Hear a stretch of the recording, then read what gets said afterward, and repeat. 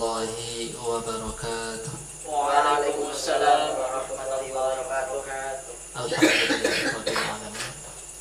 Alladzi arsala rasulahu bil huda wa dinil haqq liyudhhirahu 'ala kulli dinin walau karihal musyrikun. Asyhadu an la ilaha illallah wahdahu la syarika lah wa asyhadu anna Muhammadan 'abduhu wa rasuluhu alladzi la nabiyya ba'dahu. Allahumma shalli wa sallim wa barik ala Muhammadin wa ala alihi wa sahbihi ajma'in. Amma ba'd.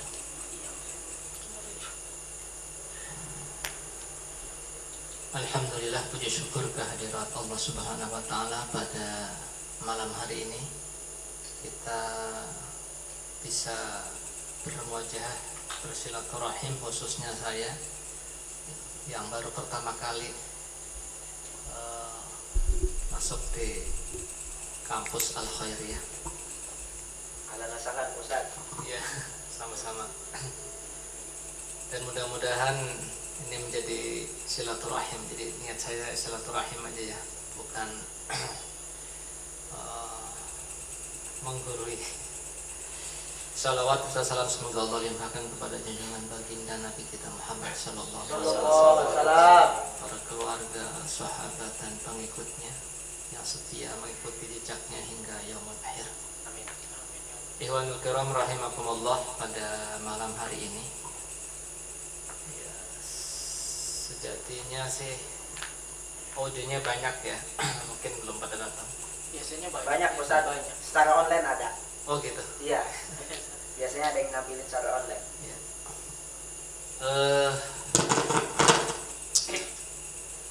Saya ingin mengupas sedikit tentang kondisi masyarakat saat ini dan apa tugas kita sebagai seorang muslim. Jadi di surat Al-Imran ayat 104 Allah berfirman, a'udzubillahi minasyaitonirrajim, bismillahirrahmanirrahim.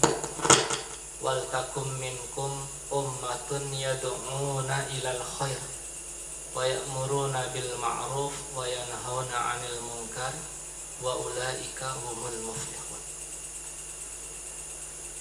Ayat ini udah masyhur ya, sering dikaji, bahkan menjadi bahasan yang ya, sudah lumrah ya ayat ini. Namun ternyata ayat ini itu suatu ayat yang bisa merubah ya, kondisi umat, karena dengan ayat ini kaum muslimin itu punya tanggung jawab untuk merubah kondisi yang buruk menjadi baik. Kalau kita buka di kitab-kitab tafsir ya, ayat ini itu menjadi ayat yang menjadi sebuah perintah yang fardu. Kalau kita baca a'udzubillahi minasyaitonirrajim, wal takum, dan hendaklah ada. Kata Asy-Syaukani dalam kitab Fathul Qadirnya, dia mengatakan qauluhu wal takun qara'u al-jumhur biskanil lam. Lamnya itu adalah lam amar, maka harusnya itu hidup. Cuman para jumhur ulama itu mensukunkan lam karena huruf sebelumnya itu ada huruf hidupnya itu waw. Wa quri'a bi kasril lam al asli. Aslinya itu lamnya itu li. Ya, kasroh asalnya itu. Lam amar. Min qawlihi minkum di wal takum itu dan hendaklah ada. Kalau Imam Ghazali mengatakan, Imam Ghazali itu dalam kitab Ihya Ulumuddin, ini padahal Imam Ghazali itu ulama, bukan ulama pergerakan dakwah ya, tapi beliau itu mengatakan dalam kitab Ihya Ulumuddinnya, fafil ayati bayanul ijab. Dalam ayat ini itu ada penjelasan kewajiban. Lamnya itu lam amar, fa inna qaulahu ta'ala wal takun amrun. Maknanya itu perintah lamnya itu, wal takum, dan hendaklah ada, harus ada. Lanjut Ustaz. Wa dhahirul amri ijabun, dan perintah yang jelasnya itu adalah ijabun, kewajiban. Jadi di sini ada perintah kewajiban. Wal takum minkum, dan hendaklah ada minkum, dari kalian. Siapa kalian itu? Dalam tafsir Imam At-Tabari, ya, minkumnya itu adalah Ayyuhal mu'minun, orang-orang mukminnya kita itu. Jadi perintah hendaklah ada itu adalah siapa yang ada itu? Minkum ayyuhal mu'minun, ya, dari kalian wahai orang-orang mukmin. Apa, siapa itu? Ummatun. Yaqulu, umat adalah jamaah. Jadi wal takum minkum, dan hendaklah ada di antara kalian, minkum ayyuhal mu'minun, wahai orang-orang mukmin, ummatun, umat. Yaqulu jamaah. Dikatakan umat itu maknanya adalah jamaah. Jadi harus ada jamaah.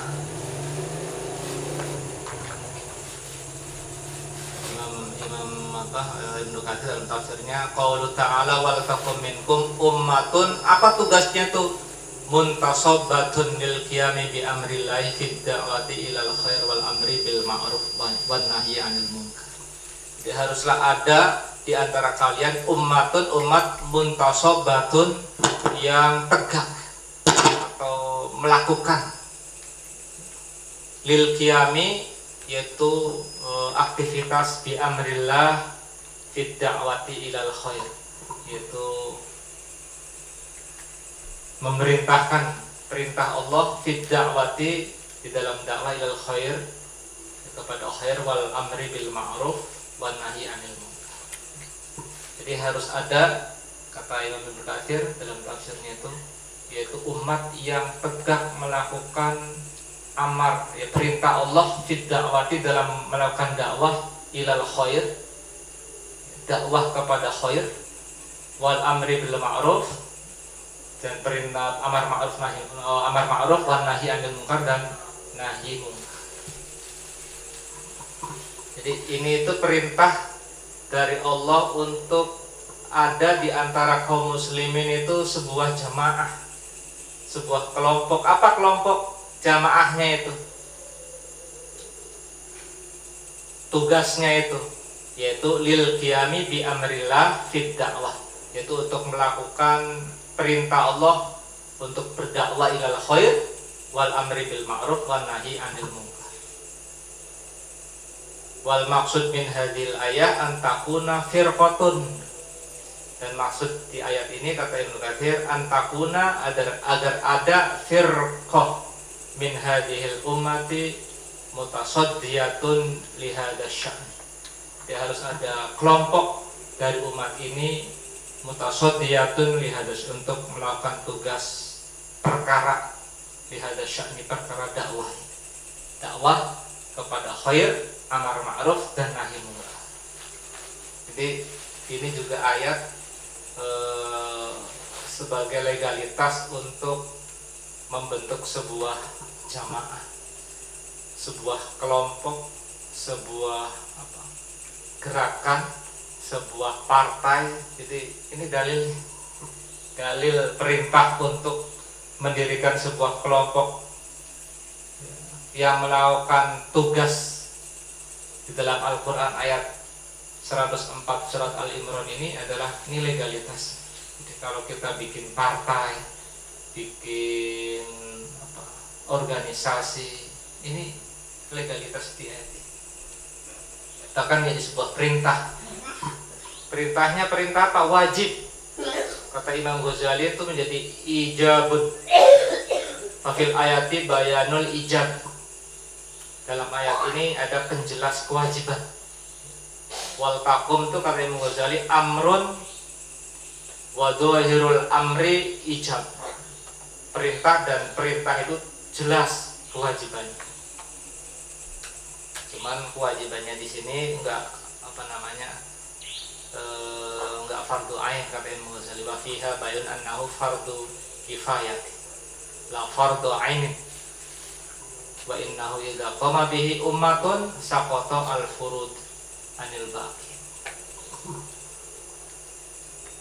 Kalau sudah ada satu kaum melakukan, sudah ada kelompok jamaah yang seperti ini katanya, maka sakoto, maka gugur semua al furudu kefarduan anil bakin atas yang lainnya. Ini kata Imam Ghazali dalam Ihya Ulumuddin. Jadi boleh legalitas untuk membentuk sebuah jamaah firqah. Ya. Kalau Imam Ibnu Katsir kan menyebutnya firqah. Dia mengatakan tadi di ayat itu wal maksud min hadhil ayat an takuna firqat. Ya, ada kelompok. Jadi kalau ada orang mengatakan nggak boleh berfirqah itu salah. Ini ada kelompok. Kelompoknya cuma nih legalitas dalam Al-Qur'an yang dibolehkan adanya kelompok itu jamaah umat itu harus memiliki visi misinya yang sesuai dengan ayat ini. Apa tadi? Ya. Dakwah ilal khair ya'muruna bil ma'ruf wa yanhauna 'anil munkar wal takum minkum ummatun yad'una ilal khair. Yang pertama, kemudian ya'muruna bil ma'ruf wa yanhauna 'anil munkar. Ya, amar ma'ruf nahi munkar. Jadi ada dua aktivitas inilah baru sebuah jamaah organisasi itu yang diridhoi oleh Al-Qur'an. Jadi kalau ada kelompok jamaah firqah tapi aktivitasnya enggak yad'una ilal khair ya'muruna bil ma'ruf wa yanhauna 'anil munkar, itu yang tidak sesuai dengan perintah Allah dalam surat Al-Imran.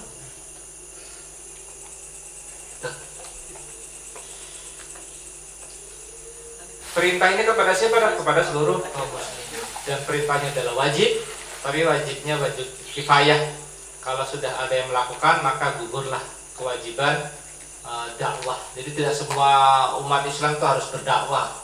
Kalau sudah ada yang melakukan dakwah, itu gugur kewajiban yang lain, fardu kifayah. Cuman kalau fardu kifayah itu, kalau nggak ada yang melakukan, itu dosa semua. Atau ada yang melakukan, tapi tujuannya belum terlaksana, gitu. Itu dosa semua. Contohnya fardu kifayah itu ada orang meninggal, sholat jenazah. Ya, itu harus diurus dari memandikan sampai menguburkan, itu menjadi fardunya fardu kifayah. Gitu. Fardu kifayah. Kalau nggak ada yang melakukan, satu kampung itu mayitnya dibiarin, nggak disolatin, nggak dimandiin, nggak dikubur, itu dosa semua. Tapi kalau ada yang melakukan, tapi itu belum terlaksana juga, nguburnya susah, ya, karena mungkin terlalu jauh apa gimana, ngegalinya keras apa gimana, belum terlaksana itu, walaupun ada yang melakukan, itu dosa semua. Jadi yad'una ilal khair, dua aktivitas menyeru kepada khair dan amar ma'ruf nahi munkar. Kalau tujuan dari yad'una ilal khair dan amar ma'ruf nahi munkar itu belum terlaksana, itu dosa semua. Sampai tujuan dari perintah ibadah itu terlaksana baru gugur semua. Jadi fardu kifayah itu jangan dianggap enteng. Karena kalau tidak ada yang melakukan, dosa semua. Dan kalau tidak terlaksana tujuan dari perintah itu juga dosa semua. Dan perintah beramar ma'ruf nahi munkar dan menyuruh kepada khair itu juga kalau tidak terlaksana, itu akan dosa semua. Apa sih visi misinya itu dari dakwah itu? objeknya siapa dulu? Objek dakwah. Yang didakwahin itu siapa dulu? Yang didakwahin itu objek dakwahnya itu sesuai dengan surat Al-Baqarah ayat 21, yaitu kepada seluruh manusia annas. Ya ayuhan nasu ubudu rabbakumul ladzi khalaqakum wal ladzina min qablikum la'allakum. Jadi ya ayuhan nas, kepada seluruh manusia. Siapa manusia itu? Walaupun ada sebagian mengatakan manusia itu annasnya adalah orang-orang kafir. Tapi kata Imam Al-Qurtubi dalam kitab Al-Jami' li Ahkamil Qur'annya mengatakan wahtulifa minal muradi bin nasi ya huna ala qaulaini. Tapi ada dua pendapat ya. Ada dua pendapat yang mengatakan bahwasanya ya, wahtulifa berbeda pendapat minal muradi, maksud dari binas ya Yohanes di situ yaitu adalah ala qaulin, ada dua pendapat. Yang pertama ahadihima al-kufaru alladzi lam ya'buduhu. Ya seruannya itu, khitabnya itu adalah kepada orang-orang kafir ya Yohanes itu, yang tidak menyembah kepada Allah dengan dalil ya dulu alaihi qauluhu wa in kuntum fi raibin mimma nazzalna ala. Dan jika kalian masih ragu atas apa yang aku turunkan kepada hambaku ya faktu di surat ini dalilnya bahwasanya ya Yohanes itu objek dakwah menyeru kepada khair itu adalah hanya kepada orang-orang kafir. Cuman ada pendapat yang kedua, asani annahu amun fi jami'in nas. Ya. Objek dakwah ya ayuhan nasu, wahai manusia, ubudu, beribadah kalian semua itu annahu amun fi jami'in nas. Itu umum bagi semua manusia, tidak hanya orang-orang kafir saja. Fayakun khitabuhu lil mu'minin. Maka keberadaan khitabnya, seruannya itu lil mu'minin, kepada orang-orang mukmin juga ternyata ya ayuhan nasu itu. Wahai orang-orang kafir, wahai orang-orang mukmin juga diseru. Untuk apa orang-orang mukmin kan sudah beriman? Bistidamati ibadah, bistidamati ibadati wal kafirini bibtidaiha. Kepada orang-orang mukmin yaitu untuk istidamah, untuk berkesinambungan ya, ibadah. Wal kafirina bi ibtidaiha, kepada orang-orang kafir untuk memulai ibadah. Jadi kepada orang mukmin agar ibadahnya terus langgeng dan semakin meningkat, harus semakin baik. Pada orang-orang kafir, seruan ibadah itu adalah untuk memulai beribadah kepada Allah, yang tadinya beribadah kepada selain Allah untuk beribadah kepada Allah. Jadi seruan dakwah yad'una ilal khair wa ya'muruna bil ma'ruf wa yanhauna 'anil munkar itu juga kepada orang-orang mukmin. Agar apa orang mukmin? Agar kembali lagi, yang tadinya ibadahnya bagus kemudian melenceng, agar balik lagi kepada Islam. Yang tadinya baik perilakunya kemudian dia perilakunya melenceng dari tuntunan wahyu Allah, agar kembali kepada itu. Jadi seruan khitabnya itu adalah kepada orang-orang mukmin juga. Agar apa? Agar menerapkan syariat Allah. Karena yad'una ilal khair ya, menyeru kepada khair itu adalah kata Imam At-Tabari, Ibnu Jarir At-Tabari mengatakan yad'una an-nasa ilal khair, yakni ilal Islam wa syara'ihi allati syara'aha Allahu li'ibadihi. Ilal khair itu maknanya adalah ilal Islam, kepada Islam. Wa syara'ihi, dan syariat-syariat Islamnya allati syara'aha, yang telah mensyariatkannya sapa Allah li'ibadihi, kepada hamba-hambanya Allah. Itu yad'una ilal khair itu menyeru kepada Islam. Kalau Ibnu Katsir dalam tafsirnya itu yad'una ilal khair itu maknanya adalah bittiba'i Quran wa sunnati.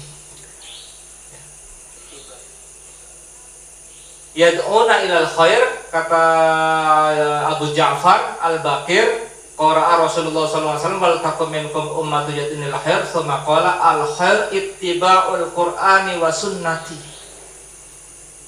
Menyeru kepada khair itu adalah menyeru kepada baiknya mengikuti Al-Quran dan Sunnah.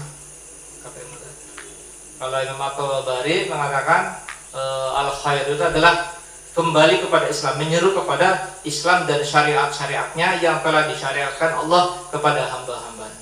Ya, sama aja. Syariat Allah isinya sumbernya adalah Al-Quran dan Sunnah. Jadi kelompok, jamaah, firqah, apalagi organisasi, partai. Jadi hizbun itu dalam Islam dibawa hizb, hizbullah. Di Al-Quran ada kata hizbullah itu ya.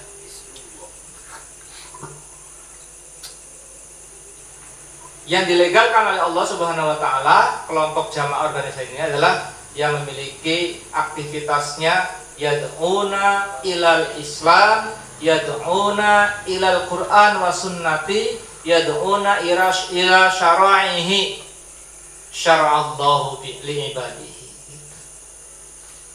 Jadi bukan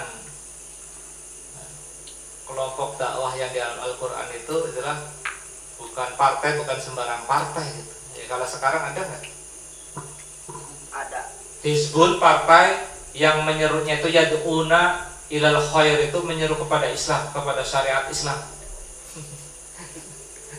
Ya, ada, cuman nggak tahu ngomongnya. Ya itu. Yang kedua, tidak hanya menyeru kepada syariat, tapi melakukan ya'muruna bil ma'ruf wa yanhauna 'anil munkar, menyeru kepada yang ma'ruf dan mencegah kepada kemungkar. Amar ma'ruf nahi mungkar.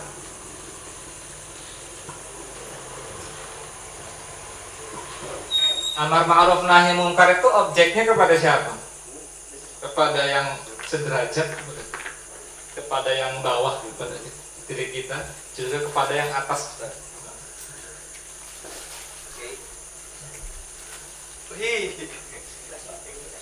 Amar ma'ruf nahi mungkar itu juga tidak hanya kepada bawahan, guru kepada muridnya, tidak hanya itu, tapi juga dari bawahan ke atas.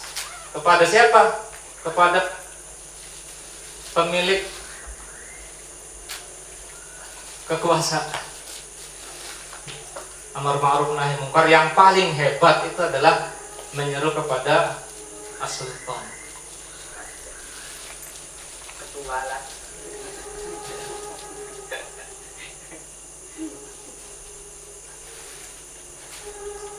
Terus tujuan dakwah itu apa sih? Goalnya, misinya, misi dakwah itu. Misi kelompok dakwah yang disebutkan dalam Al-Quran, dalam surat Al-Imran, yang aktivitasnya itu yad'una ilal khair, ya'muruna bil ma'ruf wa yanhauna 'anil munkar, itu misinya apa? Jadi dakwah, siapa kita perbuatan apa saja, kita itu harus punya goalnya. Kita melakukan ini tuh tujuannya apa sih? Kita melakukan ini tuh tujuannya apa? Jadi biar terarah. Bahkan tujuan itu kalau bisa sebelum kita melakukan perbuatan itu ditulis dulu, harus dimasukkan ke dalam mind state kita itu, agar apa yang kita kerjakan sesuai dengan tujuan kita. Dakwah pun begitu. Dakwah pun harus punya misinya apa sih dakwah itu? Amar ma'ruf nahi mungkar, menyeru kepada khair, itu misinya apa sih? Misinya itu ini disebutkan dalam Al-Quran surat At-Taubah ayat 33. Allah berfirman, "Walladzi arsala rasulahu bil huda wa dinil haq liyudhhirahu 'alad dini kullihi walau karihal musyrikun." Huwa dia Allah alladzi yang arsala mengutus rasulahu rasulnya bil huda dengan membawa petunjuk, wa dinil haq dan agama yang hak, itu agama Islam. Liyudhhirahu tuh tujuannya, liyudhhirahu 'alad dini kullihi, agar menjadi bukan penguasa, yudhirat, agar jelas tampak menjadi pemenang, 'alad dini kullihi, atas agama-agama kullihi semuanya, walau karihal musyrikun, walaupun orang-orang musyrik benci, tidak menyukai. Jadi misi dakwah itu, dakwah misinya aktivitas kelompok jamaah yang melakukan aktivitas dua dalam Al-Quran itu, yaitu menyeru kepada khair dan amar ma'ruf nahi munkar, itu adalah goalnya itu adalah liyudhirahu ala dini kulli, agar dakwah Islam itu menjadi pemenang atas agama yang lain, seluruh agama. Ini dalam tafsir Ibnu Katsir, tafsir Quran Al-Azim, itu mengatakan liyudhirahu ala dini ayu ala sairil adyani, yakni maknanya adalah ala sairil adyan, atas seluruh agama-agama. Jadi Islam itu harus Allah mengutus Nabi Muhammad dengan petunjuk dan membawa agama yang benar itu untuk menjadi penguasa atas seluruh din, ala sairil adyan, seluruh agama. Jadi Islam itu harus jadi pengatur, menjadi yang diterapkan dalam seluruh aspek kehidupan atas seluruh din-din yang lain. Ya, sekarang Islam itu ya sistem din itu makna din itu tidak hanya sebuah milah ya. Al-Quran mengatakan din itu sebuah konsep. Jadi Al-Quran sendiri itu, konsep Al-Quran sendiri din itu. Jadi di situ ada aturan hubungan manusia dengan Allah, ada hubungan manusia dengan manusia, dan hubungan manusia dengan dirinya. Ya, itulah din sebenarnya dalam Islam itu definisinya. Sehingga Islam itu adalah sebuah konsep aturan yang komplit sekali, baik menjelaskan tentang rohiyah, tentang spiritual, tentang aspek sosial, bahkan seluruh aspek muamalah dan siasat politik itu diatur dalam Islam. Kama sabata fis sahih an Rasulullah sallallahu alaihi wasallam, innallaha politik. Jadi tujuan misi dakwah itu adalah untuk menjadi pemenang atas agama-agama lain. Kalau sudah menjadi berbicara tentang Islam itu harus menjadi penguasa atas agama lain, itu juga bisa bicara politik. Iya, Ustaz. Pas politik aja. Ya? Pas politik. Iya. Politik Islam. Ini Ibnu Katsir nih yang mengatakan, ya bukan saya. Dia mengatakan liyudhhirahu 'ala ad-dini kullihi ayu 'ala sairil adyan kama thabata fis sahih. Ini sahih Muslim. Dalam hadis Rasulullah SAW bersabda, innallaha zuwiyali al-ardu, sesungguhnya Allah zuwiya, melipat, li untukku al-ardu, bumi, masyariqaha wa magharibaha, ya, dari ujung timurnya sampai ujung baratnya, wa saya belum. Ya, jadi Allah itu melipat dunia itu untuk Rasulullah dilihatkan, dunia itu dilipat dari ujung barat, dari ujung timur, wa magharibaha, sampai ke ujung baratnya, itu dilipatkan di hadapan Rasulullah SAW.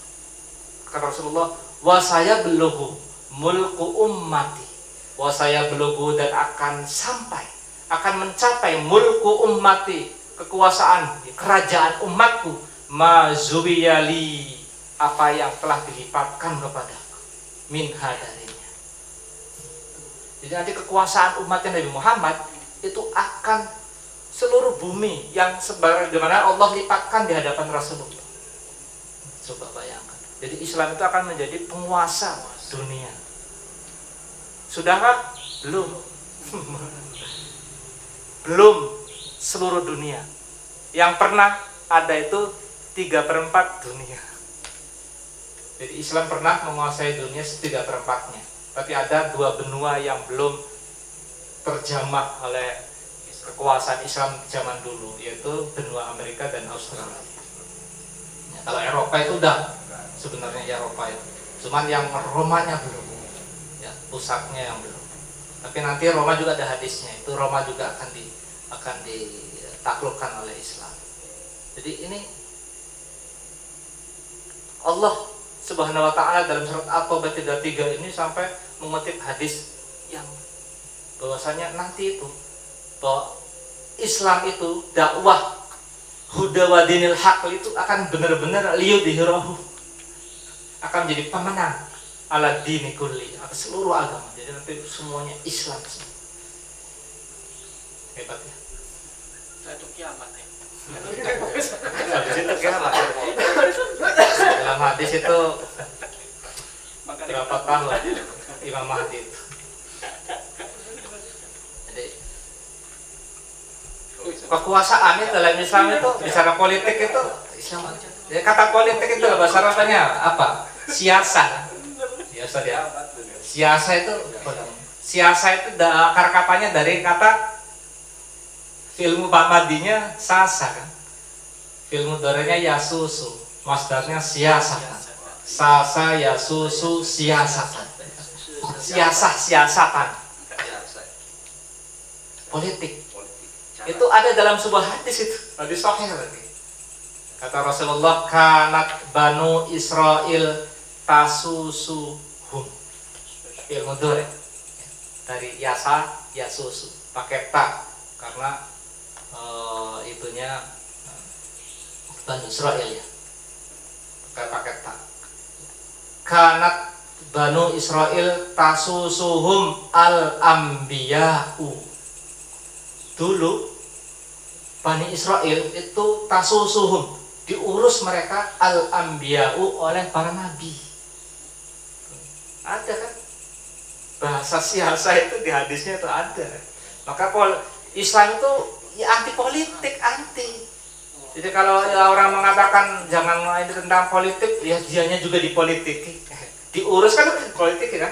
Karena politik itu mengurus. Sasa yasu siasatan kata Rasulullah, kanat Banu Israel tasusuhum. Dulu Banu Israel itu tasusuhum, diurus mereka al-ambiya'u oleh para kullama halaka nabiyun, ketika nabinya meninggal. Khalafahu nabiyun, maka akan diganti oleh nabi baru. Bani Israel gitu. Dulu Bani Israel itu nabinya itu kalau meninggal ganti nabi baru, maka ganti nabi baru. Nabinya itu ratusan Bani Israel. Tapi yang terkenal, yang nabi-nabi yang memiliki nama besar yang dalam Al-Quran itu ya ada 25. Nabi Musa itu dulu begitu. Ketika Nabi Musa meninggal ganti nabi, tapi nabinya nabi yang nggak masyhur, nggak disebut dalam Al-Quran. Jadi kata Rasulullah, ketika nabinya meninggal diganti wa annahu la nabiyya ba'di. Tapi kalau umatnya Nabi Muhammad nggak ada lagi nabi setelah. Sayakunu, tapi akan nanti ada. Khulafa'u fayaksurun.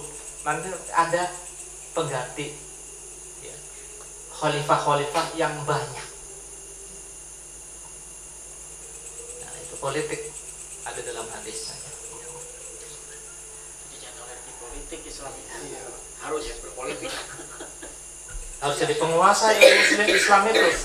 Kalau nggak jadi penguasa nanti dikuasain. Ya, mau dikuasain. Kalau dikuasain ini terjajah. Nanti semuanya diatur sama orang-orang kafir ya. Bisa-bisa nanti harta kita juga dirampasin. Jangan jadi objek politik, harus jadi subjek pemain politik. Kayak Kisamun, Ustaz. Ya? Kayak Kisamun. Iya. Kisamun tokoh politik. Iya, tokoh politik, pendiri Al-Khairiyat itu. Ya, setelah dia menduduki jabatan strategis di militer, ya Islam itu harus militer karena kekuatan politik itu di militer sebenarnya, bukan di sipil.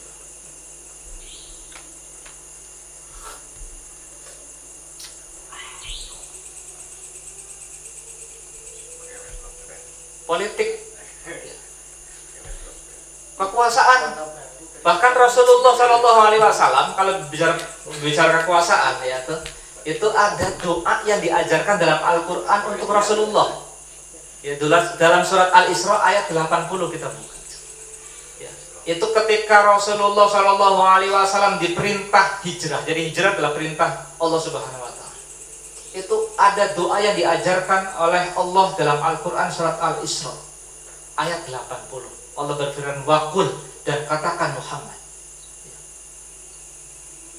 Fa'ilnya Muhammad, antanya. Wakul, katakan engkau Muhammad, Rabbi adhilni mudkhala sidqin. Rabbi ya Tuhanku adhilni, masukkan aku mudkhala sidqin, ke tempat masuk yang baik. Kata Ibnu Katsir, mudkhala sidqin yakni al-Madinah. wa akhrijni mukhraja sidqin. Ya Allah, keluarkanlah aku mukhraja sidqin, dari tempat keluar yang baik. Keluarkanlah kami, aku ini ya Allah, mukhraja sidqin, ke tempat keluar yang baik, yakni Makkah. Maksudnya, ya Allah, nanti Mekah itu menjadi tempat keluar hijrahnya kami yang baik, menjadi muslim, menjadi Islam. Itu doanya Rasulullah. Wa kadza qala Abdurrahman ibnu Zaid ibnu Aslam wa hadzal qaul wa asyhurul aqwal. Dan ini adalah pendapatnya Abdurrahman ibnu Zaid ibnu Aslam, wa hadzal qaul, dan pendapatnya adalah asyharul aqwal, ya, pendapat-pendapat yang paling masyhur. Karena banyak ada penafsir sahabat dan sahabat makna adkhala mudkhala sidqin itu hujjah. Tapi kata Abdurrahman yang dikutip oleh Ibnu Katsir, ini yang paling masyhur, ya. Makna dari mudkhala sidqin adalah Madinah, wa mukhraja sidqin adalah Makkah. Ya Allah, keluarkanlah, masukkanlah aku ke tempat masuk yang baik, yaitu Madinah, itu menjadi Islam. Keluarkanlah aku dari tempat keluar yang baik, yaitu Mekah, itu menjadi Islam. Maknanya waj'alli, lanjutannya ayat, waj'al, dan jadikan ya Allah, li, untukku, milladunka, dari sisimu, sultanan nasir. Itu doa Al-Quran itu. Wa qur rabbi adkhilni mudkhala sidqin wa akhrijni mukhraja sidqin waj'al li min ladunka sultanan nasira. Waj'al li, dan jadikan untukku ya Allah, min ladunka, dari sisimu, sultanan nasira, sultan, apa itu? Kekuasaan, nasiron, yang menolong. Tuh, minta kekuasaan. Siapa yang bilang Islam anti politik? Jangan bicara politik. Al-Qur'annya Nabi Muhammad SAW diajarin doa oleh Allah, itu minta kekuasaan. Bukan saya yang bilang, ya. Jadi kalau bicara politik jangan dicela saya. Kita makan Ustaz. Qala Al-Hasan Al-Bishri fi tafsiriha. Ya, berkata Hasan Al-Bishri dalam tafsirnya mengenai ayat ini, wa'adahu rabbuhu, wa'adahu, dan menjanjikannya, wa'adahu, dan menjanjikannya, rabbuhu, Tuhan. Maksudnya Tuhannya Nabi Muhammad. Wa'adahu, dan menjanji, wa'ada, dan janji kepada Muhammad, sapa rabbuhu, Tuhannya Nabi Muhammad itu. Kalau dibahasakan, layanza'anna, sungguh akan mencabut Allah itu. Allah telah menjanjikan kepada Nabi Muhammad, ya, Allah telah menjanjikan kepada Muhammad, layanza'anna mulka Farisa, ya, sungguh akan mencabut kekuasaan Persia, wa izza Faris, dan keagungan Persia, walayaj'alannahu, apa bacanya? Lamnya lam taukid. Yaj'alan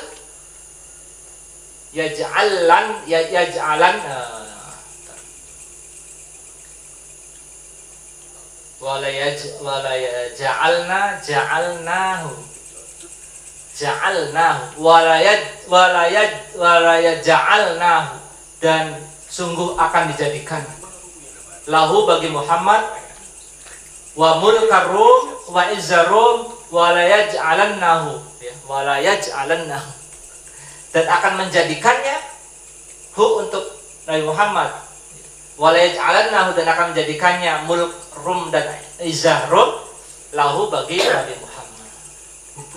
Ini kata Hasan Al-Bishri. Jadi Allah dalam ayat ini, waj'al li min ladunka sultanan nasira, adalah Allah telah menjanjikan kepada Nabi Muhammad bahwasanya Allah akan mencabut mulka Faris wa izza Faris wa la yaj'alannahu, dan akan menjadikannya kekuasaan kerajaan Persia dan kemuliaan Persia lahu, bagi Muhammad. Wal mulkar Rum, Persia udah dikuasai, ya, waktu Konstantinopel jatuh oleh Sultan Muhammad II, Al-Fatih itu udah. Yang belum itu janjinya Rasulullah itu mulkarum wa izzarum, ya, kekuasaan kerajaan Romawi dan kemuliaan Romawi, walaj'alannahu, dan menjadikannya Romawi lahu untuk Nabi Muhammad. Itu yang belum. Berarti pasti hancur itu. Iya, Kan hadis masalahnya. dari ayat ini kata Ibnu Katsir wa qala Qatadah.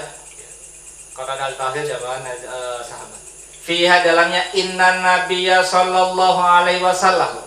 Inna nabiyya sesungguhnya Nabi sallallahu alaihi wasallam, moga Allah memberikan keselamatan bagi Nabi, alima weruh. Wis weruh. Sudah mengetahui, paham Rasulullah. Allah taqata lahu, Allah bahwasanya tidak ada taqata, kekuatan lahu bagi Nabi Muhammad bihadzal amri, untuk perkara dakwah ini, illa bisultan, kecuali dengan kekuasaan. Illa bisultani, kecuali dengan kekuasaan. Jadi Rasulullah dari sini paham bahwasanya tidak ada kekuatan, ya, untuk kanjeng Nabi untuk melakukan perkara besar dakwah ini illa bisultan, kecuali dengan kekuasaan.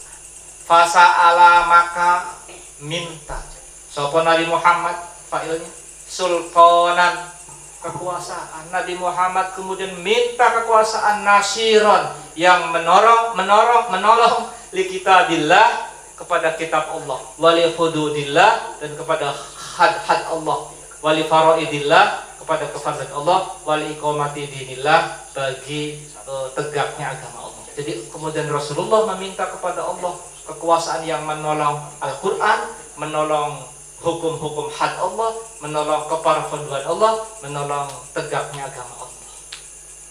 Fa inna sultana rahmatun. Tuh, politik itu rahmat. Fa inna sultana, maka sesungguhnya kekuasaan iku rahmatun, rahmat minallahi, dari Allah. Ja'alahu, telah menjadikannya kekuasaan itu, Allah telah menjadikan kuasa itu bain adzuhuri ibadihi, kepada hamba-hambanya, kepada hamba-hamba yang dipilihnya. Walaula dzalika la aghara ba'duhum ala ba'din, kalau saja tidak ada kekuasaan, la aghara ba'duhum, maka akan menindas, merampok. La aghara ba'duhum, akan merampok, merampas sebagian mereka, ala ba'din, atas sebagian lain. Kalau nggak ada sultan, kekuasaan, nggak ada pemerintahan, itu akan amburadul. Kenapa? Karena la aghara ba'duhum ala ba'din, akan ada saling rebut, saling merampas sebagian atas sebagian. Fa'akala syadiduhum du'ifahum, fa'akala, maka akan memakan syadiduhum, orang-orang yang kuat dari mereka, du'ifahum, kepada orang-orang yang lemah dari mereka. Jadi rahmat kekuasaan itu. Rasulullah minta kekuasaan ketika mau hijrah ke Madinah, karena tidak ada yang mampu menolong perkara besar dakwah ini kecuali dengan kekuasaan. Jadi ini bicara politik lagi. Harus Pak. Kalau bicara begini kan nanti jamaahnya pada kabur di kampanye mulu. Udah ini kan mendekati 2024. Tapi ini kelompok dakwahnya sesuai dengan surat Al-Imran, ya. Aktivitasnya itu yad'una ila khair, menyeru kepada Islam, menyeru kepada Al-Quran dan Sunnah, wa ya'muruna bil ma'ruf wa yanhauna 'anil munkar, menyeru kepada ma'ruf. Kepada siapa itu objek dakwahnya? Kepada penguasa. Iya. Jadi kepada penguasa juga kita nasihatin. Agar apa? Agar jangan melenceng dari koridor petunjuk Islam. Kepada yang sederajat, kepada yang bawahan kita, anak-anak buah kita, ini santri-santri kita, murid-murid kita, amar ma'ruf nahi munkar. Jadi amar ma'ruf nahi munkar itu bukan hanya ke samping aja, tapi ke atas juga. Karena itu pernah dilakukan oleh para sahabat. Sayyidina Umar itu ketika diangkat jadi khalifah itu, kata Sayyidina Umar, lau ro'a fiyya, kalau saja melihat pada diri wijajan fal yuqawwimuh, maka luruskan. Gitu. Kemudian ada sahabat yang berdiri, ya Khalifah, lau ro'aina, kalau saya akan melihat, fika ijajan, laqawwimnahu bihaddi suyufina. Kalau engkau melenceng, saya lihat ada kemencengan pada dirimu ya Umar, saya akan luruskan dengan mata pedangku ini. Kayaknya dia mau bikin sekarang bukan berani kayak gitu. Ya, kalau sekarang Mikir dia 100 kali ngomong kayak gitu. Wedi. jawaban Umar apa? Alhamdulillah. Wedi Kata saya di Umar jawabannya bukan marah, ya Alhamdulillah. Segala puji bagi Allah yang telah menjadikan umatnya Nabi Muhammad ada seorang mampu mau memberi meluruskan kebekokannya Umar. Dahsyat. Begitu sekarang digituin ngamuk Pak. Masukin penjara Pak. Keculik. Itu jadi Tugas apa ingetin pemimpin. Karena dalam Islam itu daulah Islam itu bukan daulah qadis, Itu DPD. bukan negara suci ya. Dalam Islam itu khalifah, khilafah, negara khilafah itu bukan negara qadisiyah, bukan negara suci, bukan negara negara yang tidak pernah salah. Tapi daulah Islam itu adalah daulah sia-sia, daulah negara politik yang ada salahnya, sehingga harus diluruskan. Diingatkan.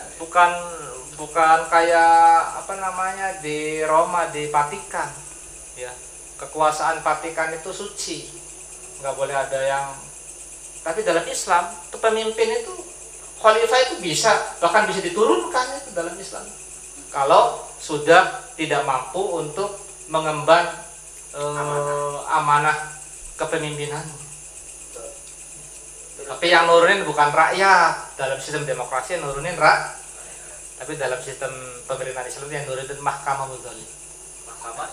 Mudzalim.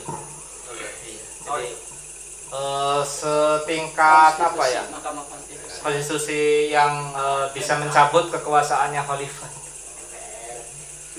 MPR enggak majelis umat MPR bawah. dulunya. Nah, ini belum Di atas. dijelaskan lebih nanti nih. iya. Di momen berikutnya. Jadi Baru sabar memujikan. Amar ma'ruf nahi mungkar itu adalah sebuah apa namanya? Sebuah aktivitas yang dalam Islam itu hal yang rumah. Kenapa? Karena setan itu akan nggak berhenti menjerumuskan kita. Dan penjerumusannya itu yang paling bagus itu pemimpinnya. Ya kalau pemimpinnya sudah dijerumuskan, maka rakyatnya gampang untuk menjerumuskan rakyat. Sehingga pemimpin itu harus terus diawasi, Bahaya ya. Karena akan mengeluarkan apa? Terus diawasi. Mengeluarkan undang-undang. Awas, awas, awas, kawan. Basi ini. Awas ke. Pemimpin. Undang seperti Jadi lurus jadi telu awas hati-hati. tambah rapek. Jadi itu mungkin udah jam berapa nih? Belum lanjut. Dikit lagi, dikit lagi. Pokoknya secukupnya Pak Ustadz lah. Yang penting biasanya jam kita jam 10 pulang. Jam 9 ini. 8 menit. ya, jadi Islam itu sungguh luar biasa ya. Ajarannya itu komplit. Ya. Wa nazzalna 'alaikal kitaba tibyanan likulli syai'. Ya. Dan aku turunkan Al-Qur'an itu tibyanan likulli, penjelas bagi seluruh. Jadi jelaskan semua.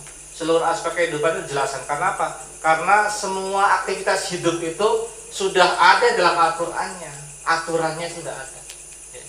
Ya, kenapa? Karena Allah itu yang menciptakan manusia, maka Allah menciptakan aturannya Al-Qur'an.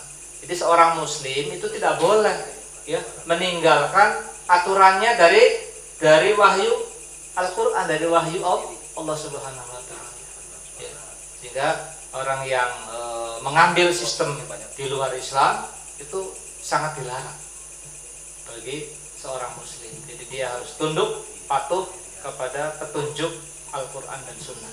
Jadi makanya yad'una ilal khair telah menyeru kepada khair, telah menyeru agar orang mau kembali kepada jalan petunjuk yang penuh rahmat ini, yaitu Al-Quran dan Sunnah Rasulullah SAW.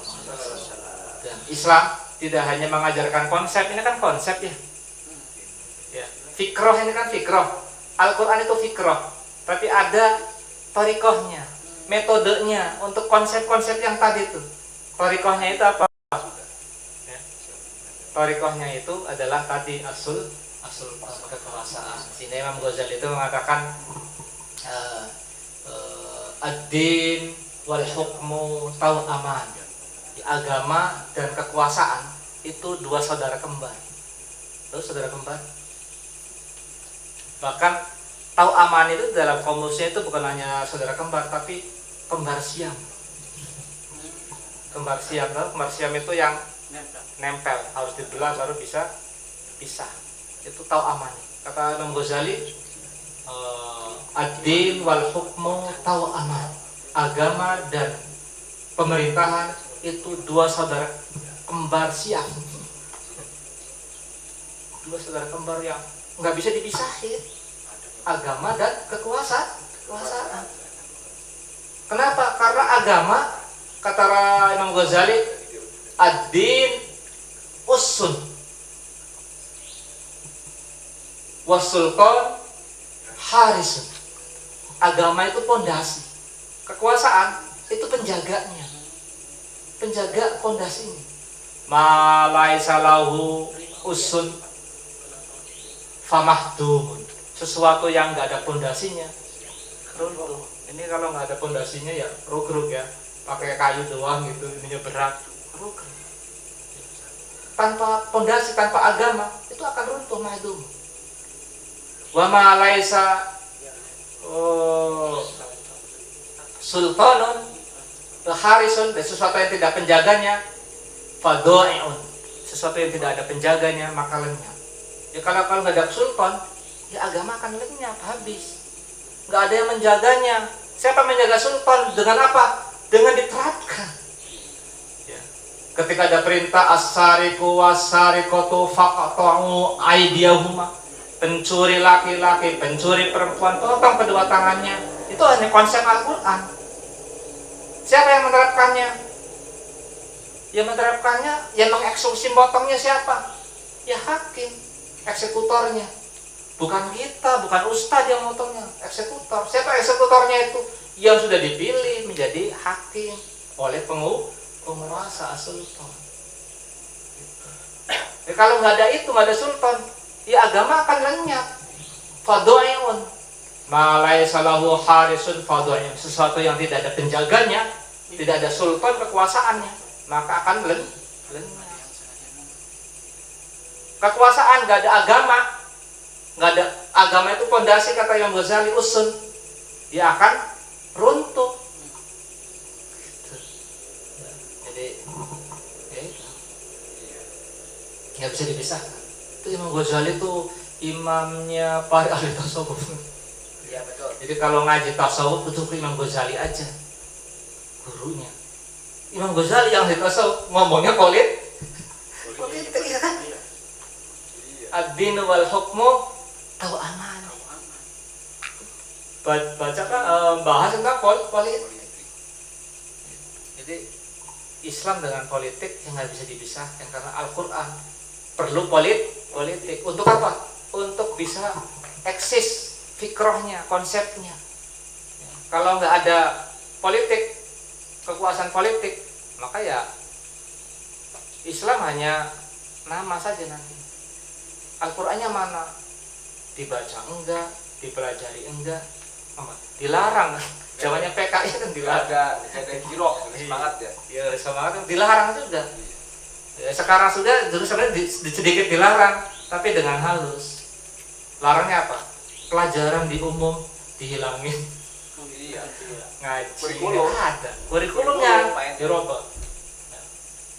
Nggak ngaji di sekolahnya, udah nggak ngaji di sekolahnya, bikin lagu, bikin PR yang banyak, biar anak sekolah malamnya itu jangan ngaji, bikin tugas yang banyak tuh ya. Iya.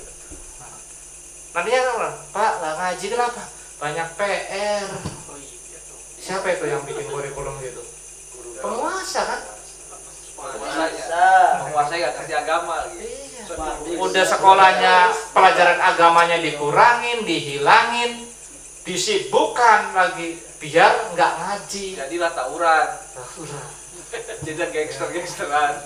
Udahlah, jadi kemana-mana nih bahasnya. Udah, kita tutup saja. Kita buka aja tanya jawab aja. Ya, ngobrol bukan tanya jawab. Ya, Assalamualaikum warahmatullahi wabarakatuh. Waalaikumsalam. Silakan Pak Ustaz Hawasi dulu. Sekarang ketua Pak. Kalau pemimpin dia. Gimana ngomongin penguasa aja. Kok pemimpin kok kawal. Minum dulu. Silakan minum dulu Pak Ustaz. Ya. Sebagai Ketua Gema Cilegon, silakan. hai apa? Jadi soal pembahasan terkait politik nih, kita harus belajar Melek betul politik. politik Islam, bukan politik yang lain. Politik Islam ya, yang dilandasi akun hadis Iya. maksudnya, Bukan politik biasa. bukan politik biasa. Wes asik. PPP. Bang Ustaz nih, Ya. perkenalkan nama saya. Bapak satu nama ini punten Bahasa Indonesia aja kurang ini Cirebon. Cirebon depan sering Jawa. Beda. Assalamualaikum warahmatullahi wabarakatuh. Waalaikumsalam warahmatullahi wabarakatuh. Nama saya Ambasi, Pak Ustaz. Ya. Tinggalnya biar lebih kena akar lagi, mungkin Pak Ustaz lewat arah Cigading bisa mampir ke Ringo. Siapin. Bukan Ringo. Pernah denger? Ringo ya. Iya. Sebelah Warasari. Insya Allah kalau mampir disiapin di rumah asem, Ustaz. Terkait masalah tadi Pak Ustadz untuk masalah kekuasaan, pernah dalam pengajian diutarakan bahwa nanti ketika mendekati akhir zaman turunlah Imam Mahdi untuk membenahi umat Islam. Di situ umat Islam itu keadaan terpuruk, dan juga nanti istilahnya Nabi Isa juga akan turun. Apakah Nabi Isa dan Imam Mahdi itu tingkatannya gitu ya,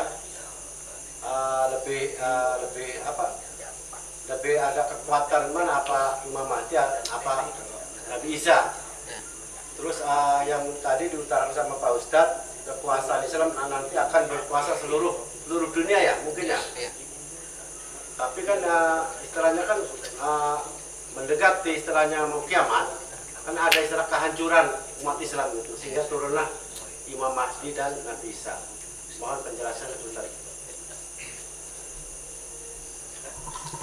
Ya, jadi ada hadis-hadis ya tentang akan turunnya Imam Mahdi, Nabi Isa itu benar. Cuman yang jadi masalah itu kapan Imam Mahdi dan kapan Nabi Isa turun itu tidak ada yang tahu. Tapi ada tanda-tandanya. Sebagian mengatakan nanti pada saat zaman itu rusak. Rusak itu kan rusak makna majas, bukan hakiki rusak. Ya rusak apanya nih? Ya apa rusak akidah kaum muslimin, agamanya, atau rusak dunianya rusak. Wallah. Tapi intinya pada saat itu emang kaum muslimin lagi dalam keterpurukan yang sangat, sehingga muncul ada kepemimpinan Islam. Apakah Imam Mahdi itu juga jadi perdebatan para ulama ya. Apakah Imam Mahdi itu nanti berdiri itu pada saat terpuruk kemudian berdiri? Apakah berdiri itu sudah ada benih-benih kejayaan kaum muslim baru Imam Mahdi? Itu Allah alamnya. Sebagian ulama mengatakan Imam Mahdi itu muncul sudah ada sistem pemerintahan Islam baru muncul ada. Sebagian lain mengatakan pada saat Allah alam. Tapi intinya bahwasanya nanti Islam itu akan tegak, dan siapa yang menegakkan itu awal dari kita semua. Ya karena perintah wal takum minkum ummah itu adalah kepada seluruh kaum muslimin. Kemudian kekuatannya Imam Mahdi dengan Nabi Isa, ya jelas Nabi Isa. Karena nanti Dajjal itu akan dibunuh oleh Nabi Isa. Bahkan Ya'juj wa Ma'juj juga oleh Nabi Isa. Jadi kewajiban kita untuk berdakwah, karena Pak Allah itu tidak akan merubah satu kaum kalau kaumnya nggak mau merubahnya. Dalam surat Ar-Ra'd ayat 11, innallaha la yughayyiru ma biqaumin hatta yughayyiru ma bi anfusihim. Sehingga mereka kaum muslimin mau merubah dirinya sendiri. Ya. Karena Allah mah akan menunggu kan, menunggu mau berubah nggak. Kalau mau nggak berubah ya udah. Makanya Allah turunkan petunjuk-petunjuknya kalau pengen berubah ini. Ya. Berubah dengan apa? Dengan yang baik. Jadi berubah itu sesuatu yang buruk diganti dengan yang baik. Gitu. Bukan dicampur dengan sesuatu yang buruk dicampur dengan yang baik, tapi diganti. Ya. Merubah sesuatu, pengen sukses itu harus diganti yang buruknya dengan yang baik. Karena kaum muslimin sekarang itu berubahnya itu mencampur yang buruknya dengan yang baik. Gitu. Kalau ada di sini satu gelas istilahnya banyak racun, itu mau dirubah menjadi air yang bagus, itu bukan dicemplungin air yang bagusnya di racun, tapi racunnya dibuang dulu, bersihin, diganti air yang baru. Itu merubah. Jadi kaum muslimin sekarang itu merubahnya itu pelan-pelan dengan mencampur yang buruk dengan yang baik. Gitu. Jadi nggak bisa. Harus diganti yang buruknya dibuang. Sistem yang jahiliyahnya itu dibuang. Rasulullah tuh nggak mau. Ya Muhammad, udahlah, sehari besok saya nyembah agama kamu, nanti kamu besok nyembah bareng-bareng agama saya. Itu kan mencampur, itu nggak mau, nggak bisa. Ya. Lakum dinukum, bagiku agamaku. Itu nggak bisa dicampur aduk. Kebatilan itu nggak bisa dicampur dengan yang hak. Ya harus kamu masuk secara penuh ke dalam agama saya kalau mau. Kalau enggak ya udah, kamu dalam sistem agama kamu. Kan Islam nggak memaksa, tapi Islam menjadi penguasa. Kamu harus tunduk. Jadi non muslim itu nggak dipaksa untuk masuk Islam dalam sistem kekuasaan Islam nih, berdiri umpamanya negara Islam berdiri itu non muslim itu nggak dipaksa suruh masuk Islam, enggak. Dia tetap mau Islam silahkan, nggak mau Islam tapi dia harus bayar jizyah. Maksudnya jizyah itu dia harus tunduk kepada hukum publik yang dibuat oleh Al-Qur'an. Sistem aturannya menurut Al-Qur'an. Dia itu. Jadi zaman dulu khilafah Islam itu orang-orang non muslim itu makmur. Yang miskin juga dikasih ini yang main. Tapi sistem aturannya pakai sistem Islam. Makanya tadi itu liyudhiru ala dunia. Jadi Islam itu menjadi penguasa atas seluruh agama. Jadi agama yang lain itu hukum-hukum publiknya ikut kepada Islam. Jadi kalau di dalam internal mereka boleh dia melakukan ibadah, makan juga tapi kalau sudah ke publik dia harus sesuai dengan berdagangnya harus pakai sistem Islam. Pakaiannya harus Islam. Iya, tutup aurat. Kan dalam Kristen juga sebenarnya itu nutup aurat. Biarawati itu kan pakai jilbab itu. Kenapa umatnya nggak pakai jilbab? Wallahu a'lam bishawab. Lanjut Pak Dit, mengenai dajjal tak bentuknya gimana ya? Punten Pak Ustaz. Kan tadi tidak bisa mencampur adukan kayak tadi itu kebatilan sama ayat. Tapi ketika zamannya Sunan Kalijaga gitu, dulu kan kayak sistem wayang segala macam itu Pak Ustaz ya. Nah itu kan dari agama Buddha itu ya. Itu gimana itu Pak Ustaz? Sedangkan ya terus dicampur aduk itu, terus disusup-susupin gitu Pak Ustaz. Wayang emang haram. Iya, emang enggak gitu Pak Ustaz. Iya. Cuman dulu kayak Ya nanti gini, jadi ada sesuatu perbuatan itu yang haram, ada yang enggak, nanti dilihat hukum asal fikihnya. Jadi fikihnya. Kalau bermain wayang itu haram, ya nggak boleh. Kemudian berdakwah dengan sesuatu yang haram. Kalau wayang itu mubah, boleh saja, boleh aja. Kalau wayang itu nggak ada dalil yang mengharamkannya dari sisi fikihnya, ya sebagai media.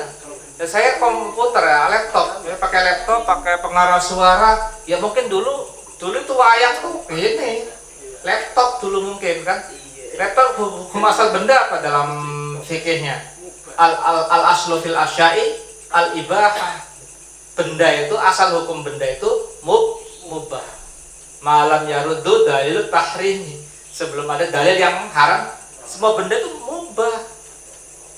Wayang yang mubah, kulit kan terbuat dari kulit. Kalau kulitnya babi itu baru. sebelum ada dalil yang haram. Kalau ada pakai kulit babi ya pakai haram, karena dalil kulit babi kan haram. Kalau kulitnya pakai kulit kerbau, wayangnya boleh saja. Saya pakai ini pakai apa? Pakai macam-macam ini, ya kan? Nah, laptop itu, ininya bahannya kan? Pakai plastik, pakai atom, pakai segala macam. Asal hukumnya apa? Mubah ya boleh aja medianya ini. Gitu. Kecuali itu yang diharamkan. Jadi jangan samakan kemudian Wali Songo itu kan pakai wayang, ya wayang kan mubah. Kan haram, enggak haram. Jadi Wali Songo itu bukan mencampur adukan yang hak dengan yang batil. Orang bawa kulit ke batil enggak mubah. Itulah. Kalau kayak sesajen kayak gitu Ustaz? Ya itu sesajen ya, baru kalau minta-minta ya nggak boleh, makanya dirubah sesajennya itu kan. Sesajen kalau dirubah dengan apa? Dengan yang disyariatkan oleh Islam. Emang terus Wali Songo sesajenan terus kan? Supaya mau meninggalnya enggak kan? Ya sajen dirubah dengan apa? Dengan minyak wangi. Ya dulu di Arab juga sampai sekarang itu ada yang pakai wangi. Ya, buhur. Pakai gembleng. Sesajen. Yang nggak boleh itu perbuatan syiriknya itu. Ya. Pakai apa tuh yang di Arab tuh? Buhur. Buhur. Ya kamu pakai buhur kemudian sambil manggil-manggil jin ya juga nggak boleh. Kalau jinnya untuk bermuamalah dengan Jin. kalau cari jinnya itu ngaji, kamu nggak apa-apa. Manggil jin. Wallahu a'lam bishawab. Saya nanya Ustaz ya. Nah ya, Ini mah enggak. kita kan sebagai umat Islam, sedangkan di sisi lain Indonesia ini bukan negara Islam. Kita ingin menerapkan, menegakkan aturan Islam, tapi fakta yang sebenarnya kita kan bukan negara Islam kan, pasti bertentangan lah dengan negara kita sendiri ya, gitu kan. Dalam posisi ini ya pasti kita ngikuti kan, tapi sebenarnya kita pengen melaksanakan aturan agama kita. Saya ada dilema nih. Kalau Kalau kadang ya ini kita menjadi umat Islam yang pasrah dengan kondisi kan, kita harus ikutin itu kan nih. Kalau kita melakukan itu pasti disangkai nanti makan kemudian separatis lah segala macam gitu. Tapi kita sebagai umat Islam lihat kita kepingin menegakkan semua itu gitu kan, supaya kita ini menjadi umat yang sempurna lah, umat yang ikuti aturan, menegakkan aturan agama kita lah seperti itu. Itu bagaimana menurut pandangan Pak Ustadz dari sisi materi inilah kayak gitu. Ya. Jadi negara kita kan negara bukan Islam, tapi kitanya orangnya Islam dan kitanya pengen diatur dengan Islam kan? Ya harusnya situ, dan harus pengen diatur dengan Islam. Bagaimana kemudian sikap kita? Sikap kita ya sesuai dengan petunjuk Rasulullah SAW. Rasulullah waktu di Mekah gimana? Kan sistemnya jahiliyah, bukan Islam. Terus apa yang dilakukan oleh Rasulullah? Itu yang diikutin. Aktivitas Rasulullah waktu di Mekah itu yang menjadikan metode dakwah yang dilakukan oleh kita juga. Gitu. Apa yang dilakukan Rasulullah ketika di Mekah? Ketika sistemnya itu penguasa-penguasanya itu datangan semua jahiliyah, Rasulullah berdakwah. Dakwahnya bagaimana Rasulullah? Ada tahapannya dakwah Rasulullah. Yang pertama adalah dakwah marhalah bitaktif, tahapan pengkaderan. Dengan apa? Dengan melakukan syirahul fikri, dengan melakukan pergolakan pemikiran. Nah, saya ngajar ngaji kayak gini, itu bagi yang orang awam tentang politik Islam akan kaget kan. Nah, situ akan ada pertentangan. Itulah yang dilakukan Rasulullah. Menyampaikan fikroh-fikroh Islam kepada orang-orang yang baru mendengar Islam. Dan orang-orang Quraisy itu kan kaget ketika mendengar Al-Quran. Itu kan. Bahkan ada yang benci, ada yang senang, ada yang senang-senang benci gitu. Ya kan? Buktinya Abu Jahal itu senang-senang benci, ya. Ketika dia mendengar Al-Qur'an tentang ayat-ayat riba segala macam benci. Tapi cocok juga gitu. Enak juga dan emang bener juga ini Al-Qur'an itu kan. Saya jadi jahat kalau gitu kan. Ya, gitu. Itu sirahul fikri. Yang menerima Islam akan mendukung Rasulullah. Ya kan? Yang menentang tidak suka kepada Al-Qur'an ya akan meninggalkan itu alami. Sirahul fikri dan terus menerus sampai orang itu akan mengikuti kanjeng Nabi. Jadi yang dilakukan Rasulullah itu adalah sirahul fikri. Ya, jadi dakwah Nabi itu dakwah fikriyah, la madiyah. Ingat ya. Dakwah Rasulullah itu dakwah pemikiran, bukan kekeras. Jadi nggak ada dakwah Rasulullah tuh, kamu masuk Islam nggak?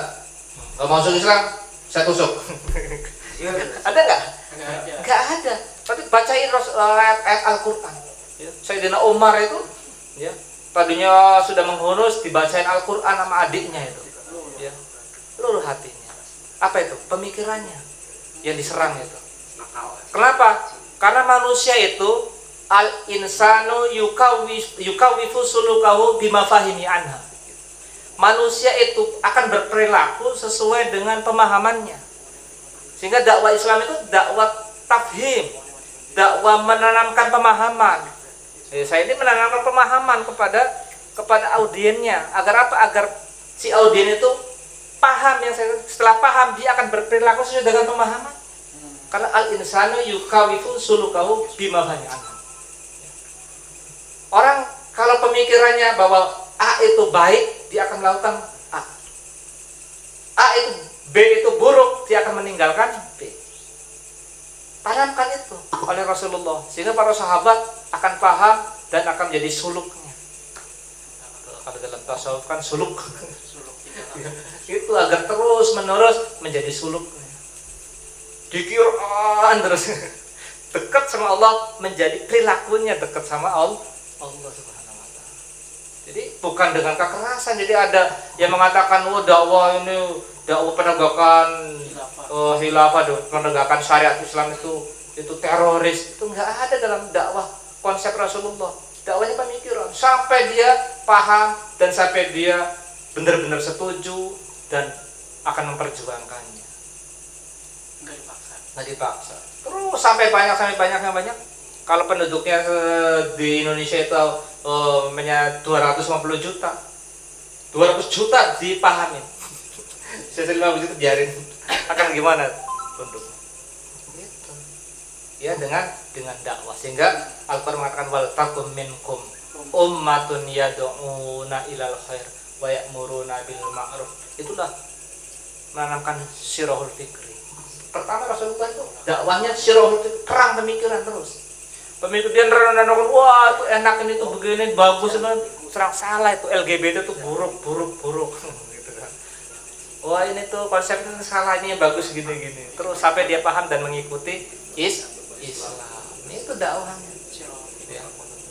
Sampai mereka setelah marhalah ditafkif baru marhalah tafaul mal ummah Rasulullah. Baru sampai ummah baru marhalah istilamul hukmi. Istilah hukmi itu ketika kaum muslimin sudah setuju dengan Islam semua, maka kaum muslimin akan menyerahkan kekuasaan istilamul hukmi kepada penguasa Islam. Ya kan? Jadi Imam Mahdi itu kan muncul, akan tegak muncul dengan kaum musliminnya sudah menyerahkan Imam Mahdi, saya serahkan semua kekuasaan kepada engkau. Jadilah Imam Mahdi naik. Ya kalau nggak ada, ini kan belum ada. Gimana mau muncul gitu kan? Kaum muslimin pahamkan dulu tentang Islam. Setelah kaum muslimin sudah paham tentang Islam dan ingin diatur dengan Islam, jadi namanya tafhim, maqayis, mafahim. Jadi masyarakat itu, definisi masyarakat adalah kumpulan individu-individu yang memiliki pemikiran, perasaan dan sistem yang sama, itu masyarakat. Nah, yang dirubah adalah pemikirannya, perasaannya, baru sistemnya. Jadi nggak ada kekerasan dalam Islam. Itu mah ngebohongin aja orang non muslim biar takut kepada Islam. Islam. Enggak ada. Kekerasan dalam Islam. Karena yang merubah itu otak kita. Otak kita tanamkan Al-Quran. Makanya baca Al-Qurannya sering. Biar apa otak kita tuh termindset sama Al-Quran. Bicara surga, ya Al-Qurannya bicara surga dan neraka. Ketika surga, gitu kan? Ya ayuhan nasu masalul ladina ya dibacakan surga terus nanti otak kita itu kan terinstal tentang surga masa depan sama dosa. habis itu termotivasi untuk melakukan amalan agar kita bisa masuk surga.